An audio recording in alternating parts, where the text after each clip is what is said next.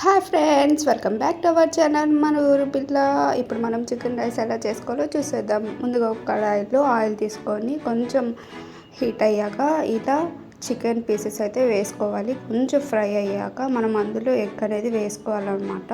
రైస్కి కావాల్సిన ఎగ్స్ మనం వేసుకోవాలి. అలాగే కొంచెం కారం, కొంచెం ఉప్పు వేసుకొని ఎలా అయితే వీడియోలో చూపిస్తున్నామో అలా దాన్ని ఫ్రై చేసుకోవాలి. సో అలా ఫ్రై చేసుకున్న దాంట్లో అల్లం వెల్లుల్లి పేస్ట్ అనేది మనం యాడ్ చేసుకోవాలి.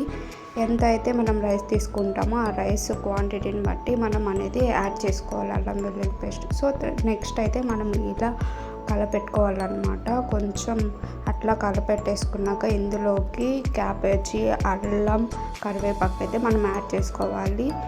చాప్ చేసుకొని యాడ్ చేసుకొని ఇట్లా ఫ్రై చేసుకోవాలన్నమాట. మనము గ్యాస్ అనేది లో ఫ్లేమ్లో పెట్టుకోవాలి. తర్వాత ఇందులో కొంచెం రైస్ అనేది మనం యాడ్ చేసుకోవాలి. మనకు కావాల్సినంత రైస్ అయితే యాడ్ చేసుకోవాల్సి ఉంటుంది.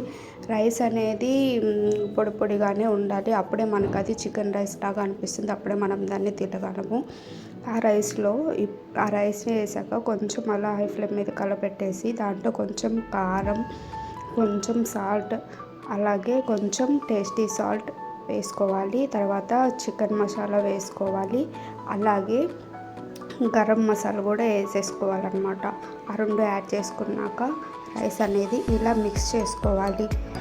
లో ఫ్లేమ్ మీద మిక్స్ చేయాలన్నమాట. తర్వాత కొంచెం దీంట్లో చిల్లీ సాస్ అనేది యాడ్ చేసుకోవాలి.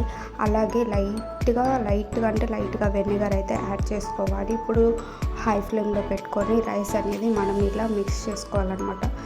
ఆ తర్వాత లాస్ట్లో గార్నిష్గా కొంచెం కొత్తిమీర యాడ్ చేసుకోవాలి. సో మనకి చికెన్ రైస్ అనేది రెడీ అయిపోయింది friends. Thank you so much.